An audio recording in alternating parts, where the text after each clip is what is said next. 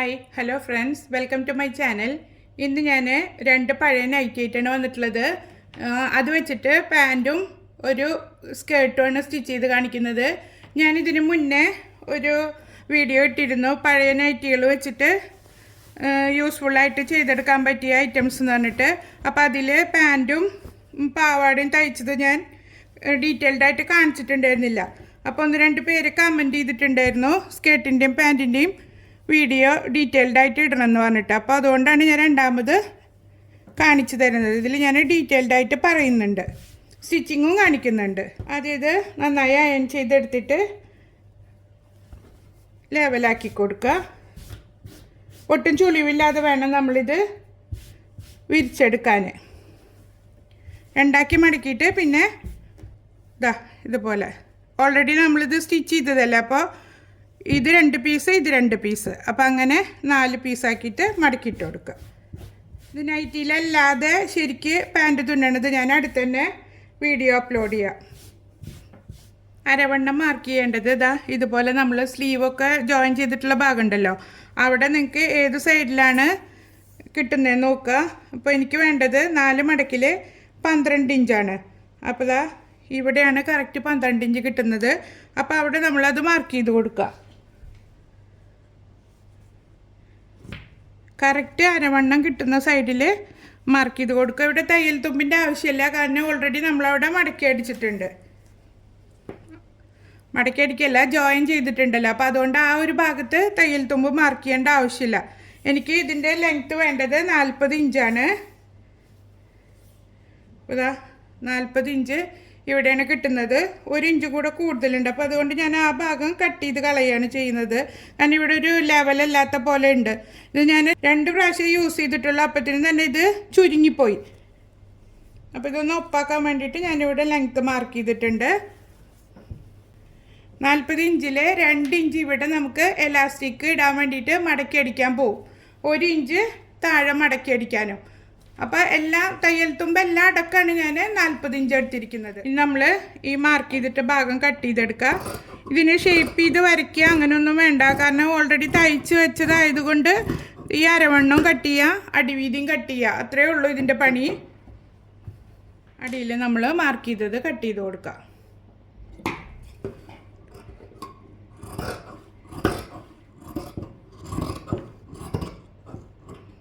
ഇതിപ്പോൾ എലാസ്റ്റിക് ഇട്ടിട്ട് തയ്ക്കുന്നത് കൊണ്ടാണ് ഇങ്ങനെ കട്ട് ചെയ്തത്. അതല്ലെങ്കിൽ ഇപ്പോൾ നിങ്ങൾക്ക് പെറ്റിക്കോട്ട് പോലെ തയ്ക്കണം എന്നുണ്ടെങ്കിൽ ഇവിടെ നിങ്ങളുടെ അരവണ്ണം കറക്റ്റ് അരവണ്ണം എത്രയാണോ അത് മാർക്ക് ചെയ്ത് കൊടുക്കുക. എന്നിട്ട് തയ്യൽ തുമ്പ് മാർക്ക് ചെയ്യുക. ഒരു 2 ഇഞ്ച് തയ്യൽ തുമ്പ് മാർക്ക് ചെയ്തിട്ട് ഷേപ്പ് ചെയ്തിട്ട് അടിവീതിയിലേക്ക് വരച്ചു കൊടുക്കുക. അങ്ങനെയും ചെയ്തെടുക്കാം. ഇനി നമുക്കിതെങ്ങനെ തയ്ക്കുന്നതെന്ന് നോക്കാം. അത് നമ്മൾ ഇലാസ്റ്റിക് ഇടാൻ വേണ്ടി തയ്ക്കുന്നതിന് മുന്നേ ജസ്റ്റ് ഒരു 4 ഇഞ്ച് മടക്കിയിട്ട് ആദ്യം ഒരു സ്റ്റിച്ച് കൊടുക്കുക. അതിപ്പോൾ ഏത് സ്കേർട്ട് തയ്ക്കുമ്പോഴും അങ്ങനെ തന്നെ ചെയ്യുക. നൂലൊന്നും പിന്നി പോരാതിരിക്കാനാണ് അങ്ങനെ ചെയ്ത് കൊടുക്കുന്നത്.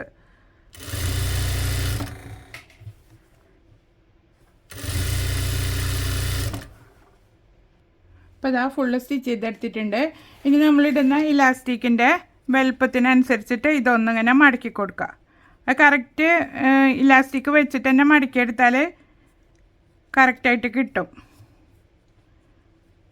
കാരണം ഇലാസ്റ്റിക് അങ്ങോട്ടും ഇങ്ങോട്ടും വലിക്കാനുള്ളൊരു സ്പേസ് വിട്ടിട്ട് ഇലാസ്റ്റിക്കിൻ്റെ മേലെ സ്റ്റിച്ച് കൊള്ളാത്ത രീതിയിൽ തയ്ച്ചെടുക്കുക. അരവണ്ണത്തിൻ്റെ 3 ഇഞ്ച് കുറവിലാണ് ഇലാസ്റ്റിക് എടുക്കേണ്ടത്. ഇതിപ്പോൾ നമുക്ക് തയ്ക്കാൻ വേണ്ടിയിട്ട് ഇത് മാറ്റി വയ്ക്കാം. തയ്ച്ച് കഴിഞ്ഞിട്ട് ഇതിനുള്ളിലൂടെ ഇലാസ്റ്റിക് ഇട്ട് കൊടുക്കുക. ചിലരത് വലിച്ച് പിടിച്ചിട്ട് തയ്ക്കും. എനിക്കതിലും ഈസി ഇങ്ങനെ ചെയ്യുന്നതായതുകൊണ്ടാണ് ഞാൻ ഈ രീതിയിൽ ചെയ്യുന്നത്. നിങ്ങൾക്ക് അങ്ങനെയാണ് എളുപ്പം എന്നുണ്ടെങ്കിൽ തയ്ച്ചുകൊണ്ടിരിക്കുമ്പോൾ വലിച്ച് കൊടുത്തിട്ട് തയ്ച്ചെടുക്കാം. അതൊക്കെ നമ്മുടെ സൗകര്യത്തിനനുസരിച്ചിട്ട് നമുക്ക് ചെയ്യാം. ഫുള്ള് തയ്ച്ചെടുത്തിട്ടുണ്ട്. തയ്ച്ച് കഴിഞ്ഞതിന് ശേഷം ഇവിടെ ഒരു 2 ഇഞ്ചെങ്കിലും വിട്ടിട്ട് നമുക്ക് ഇലാസ്റ്റിക് അതിനുള്ളിലൂടെ ഇട്ട് കൊടുക്കാം. ഒന്ന് ലോക്ക് ചെയ്ത് തയ്ച്ച് കൊടുക്കുക. നമുക്ക് ഇലാസ്റ്റിക് ഇങ്ങനെ ഇട്ട് കൊടുത്താൽ മതി. ഇപ്പോൾ ഇലാസ്റ്റിക് 2 സൈഡും പുറത്തേക്ക് എടുത്തതിന് ശേഷം ഇങ്ങനെ വെച്ച് കൊടുക്കുക. എന്നിട്ട് ഇതിൻ്റെ മേലെ കൂടെ ഒരു 5-6 സ്റ്റിച്ച് കൊടുക്കുക. അപ്പോൾ തീരെ വിട്ട് പോരില്ല. ഇതാ ഇതുപോലെ സ്റ്റിച്ച് ചെയ്തെടുക്കുക. അപ്പോൾ പിന്നെ കുട്ടികൾ വലിച്ചാലൊന്നും അത് വിട്ട് പോരില്ല. എന്നിട്ട് പിന്നെ ഇത് ഇങ്ങനെ ഒന്ന് വലിച്ചു കൊടുക്കുക. അപ്പോൾ എല്ലാ ഭാഗത്തേക്കും തുണി ഒരുപോലെ ആയി കിട്ടും. എന്നിട്ട് ഈ ഒരു ഭാഗം ക്ലോസ് ചെയ്ത് തയ്ക്കുക. അപ്പോൾ കണ്ടാ നമ്മുടെ ഇലാസ്റ്റിക്കിൻ്റെ ഭാഗം നല്ല നീറ്റായി കിട്ടിയിട്ടുണ്ട്. ഇതിപ്പോൾ ഇങ്ങനെ പിടിച്ച് വലിച്ചു കൊടുക്കുമ്പോൾ തുണി എവിടെയെങ്കിലൊക്കെ കുടുങ്ങിക്കിടക്കുന്നുണ്ടെങ്കിൽ ഒരേ ലെവലിലായിട്ട് കിട്ടും. കണ്ടില്ലേ? ഇനി നമുക്ക് അടി മടക്കി തയ്ക്കാം. അപ്പം ഇത്രയാണ് സ്കേർട്ടിൻ്റെ സ്റ്റിച്ചിങ്. പഴയ നൈറ്റികളൊക്കെ ഉണ്ടെങ്കിൽ ഇതുപോലുള്ള ഒരുപാട് കാര്യങ്ങൾ നമുക്ക് ചെയ്തെടുക്കാം. ഒരുപാട് മുഷിയാത്ത ഇപ്പം നിരയ്ക്കാത്തൊക്കെ നൈറ്റികളാണെങ്കിൽ ഇങ്ങനെയൊക്കെ ചെയ്തെടുക്കുക.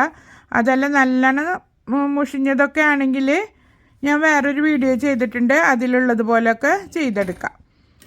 1 ഇഞ്ചല്ലേ തയ്യൽ തുമ്പിട്ടിരിക്കുന്നത്. അപ്പോൾ ആ 1 ഇഞ്ച് ഇങ്ങനെ മടക്കിയിട്ട് ഇതുപോലെ ഇങ്ങനെ ഉള്ളിലേക്കാക്കി വെച്ച് കൊടുത്താൽ മതി. എന്നിട്ട് സ്റ്റിച്ച് ചെയ്തെടുക്കുക.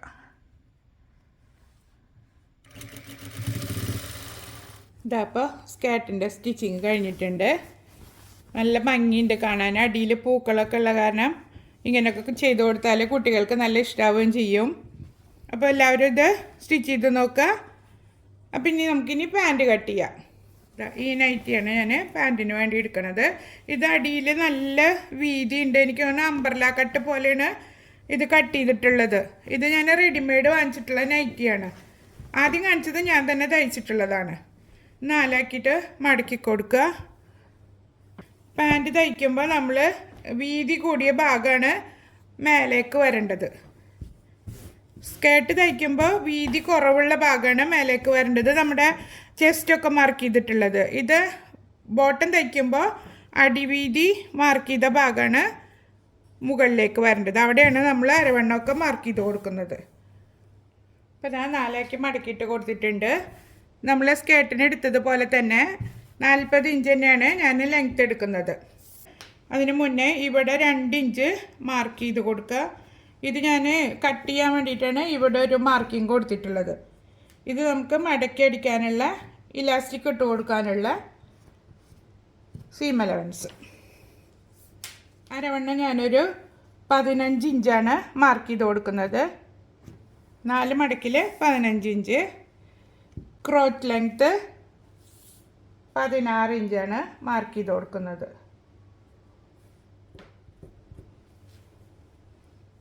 ഇതാ ഇവിടെ 40 ഇഞ്ച് മാർക്ക് ചെയ്തിട്ടുണ്ട്. എന്നിട്ട് ഇവിടെ അടിവീതി 11 ഇഞ്ചാണ് ഞാനിവിടെ കൊടുക്കുന്നത്. പലാസോ പാൻറ്റ് പോലെയാണ് ചെയ്യുന്നത്. ഇപ്പോൾ സ്ട്രെയിറ്റ് പാൻറ്റ് ആണെങ്കിൽ ഒരു 7 ഇഞ്ചൊക്കെ മാർക്ക് ചെയ്ത് കൊടുത്താൽ മതി.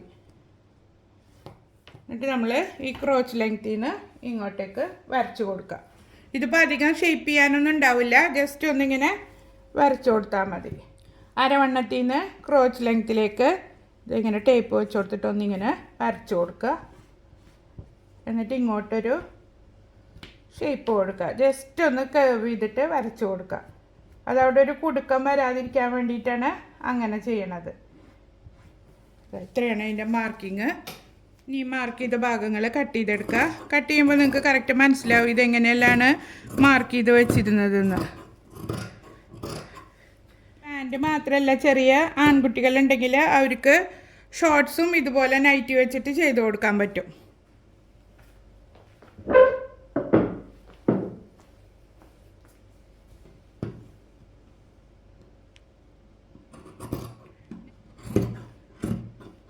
ഇപ്പോൾ കട്ടിങ് കഴിഞ്ഞിട്ടുണ്ട്. ഇതിന് സ്റ്റിച്ച് ചെയ്തെടുക്കാം. നല്ല ഭാഗം കൂട്ടി വെച്ചിട്ട് നമുക്ക് ആദ്യം ഇതൊന്ന് സ്ട്രെയിറ്റ് സ്റ്റിച്ച് ചെയ്തെടുക്കാം. ക്രോച്ച് ലെങ്ത്ത് ആദ്യം തയ്ച്ചെടുക്കുക. നമുക്ക് സ്റ്റിച്ച് ചെയ്ത് തുടങ്ങാം. ആദ്യം ക്രോച്ച് യോജിപ്പിച്ചെടുക്കാം. എന്ത് സ്റ്റിച്ച് ചെയ്യുമ്പോഴും ഡബിൾ സ്റ്റിച്ച് ചെയ്ത് കൊടുക്കുക. അതുപോലെ തന്നെ ലോക്ക് ചെയ്തിട്ടും തയ്ക്കുക. അല്ലെങ്കിൽ പെട്ടെന്ന് തന്നെ തയ്യൽ വിട്ടുപോരും.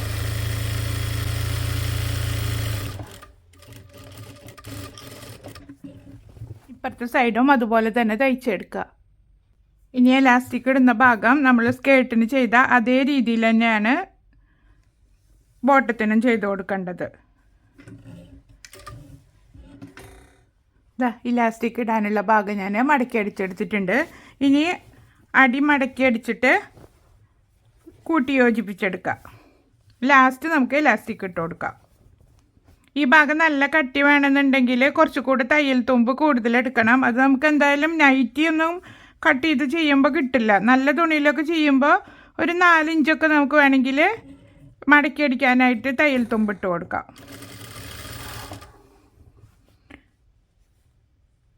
ഇങ്ങനെ ഒരു മടക്ക് മടക്കി ഞാൻ അടുത്ത മടക്ക് മടക്കിയിട്ട് അങ്ങനെ അടിച്ചു കൊടുക്കുക. ഇതുപോലെ തന്നെ അപ്പുറത്തെ സൈഡും ചെയ്തെടുക്കുക.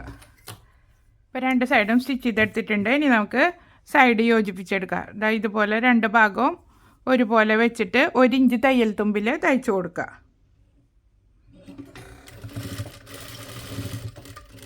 ഇതെടുക്കുമ്പോൾ ക്രോച്ച് ലെങ്ത് രണ്ടും ഒരേപോലെ യോജിച്ച് നിൽക്കുന്നുണ്ടോ എന്ന് ചെക്ക് ചെയ്തിട്ട് വേണം ആ ഭാഗം തയ്ച്ചു കൊടുക്കാൻ. ഇല്ലെങ്കിൽ കാലിൻ്റെ ലെങ്ത്ത് കയറി ഇറങ്ങി നിൽക്കും.